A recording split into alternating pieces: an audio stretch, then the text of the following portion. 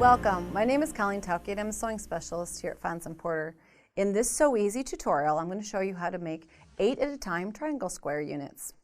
If you'd like to see how to make a lot at once, and if you look at this quilt, you'll see that there are what looks like parallelograms, but they're actually triangle units. And by making 8 at a time, you can make a quilt like this in a snap.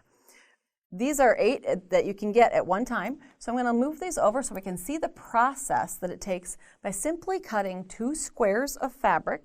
You have to follow your instructions or look at our PDF for the information on sizes and how to predict how big do I need to make it in order to make the size of triangle squares I want when I'm done.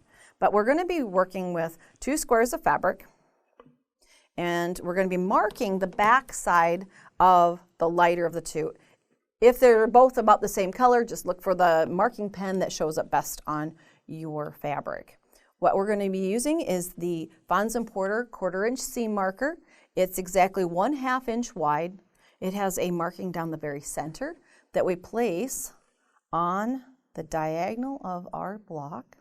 And then we mark on both sides of it stitching lines. And this is a technique that we do all the time to make triangle squares, quick triangle squares. But we're going to take it one step further as, oops, my pen didn't quite right there. Let's get the line so we can see where our stitching line is at. Sometimes you have to rotate, just get your pen in the right angle for it to actually write. Now we're going to go in the opposite direction also. By placing that again, we're going to mark on this side. Try to get that pen so that it writes on this side. We're going to have stitching lines in both directions. And that will be where our stitching lines are going to fall. Now I have one already stitched out so you don't have to sit and watch me stitch 4 lines of straight lines. So we've stitched in both directions, kind of like a railroad tracks crossing in the middle of our block. This is all the stitching we need to do. Next we need to do a little cutting.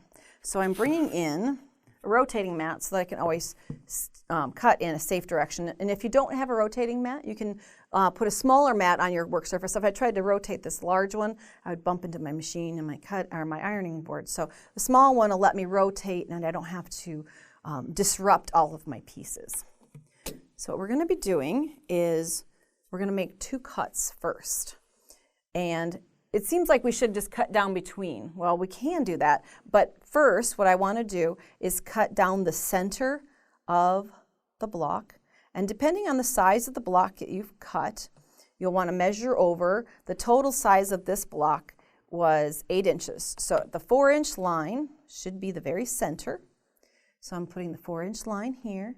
That should match up, if you stitch properly, with the crosshairs here. I'm going to make that first cut. Then I'm going to rotate it, and I'm going to do the same thing again. So I'm making 4 separate quadrants of the area I stitched on. So 1, 2, 3, 4. Line it up there. It should go right through the X, which it does. So those are my first 2 cuts. I wanted to slip just a little bit. We'll slide him back into place like a puzzle.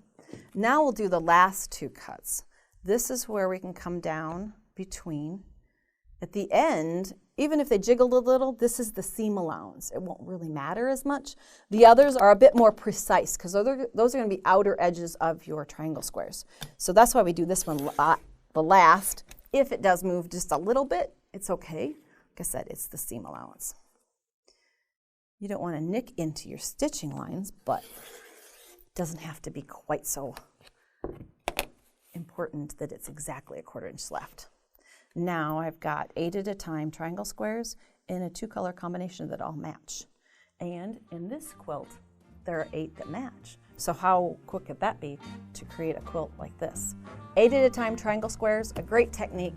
If you'd like to see more of our Sew Easies, please visit our website. Thanks for joining me today.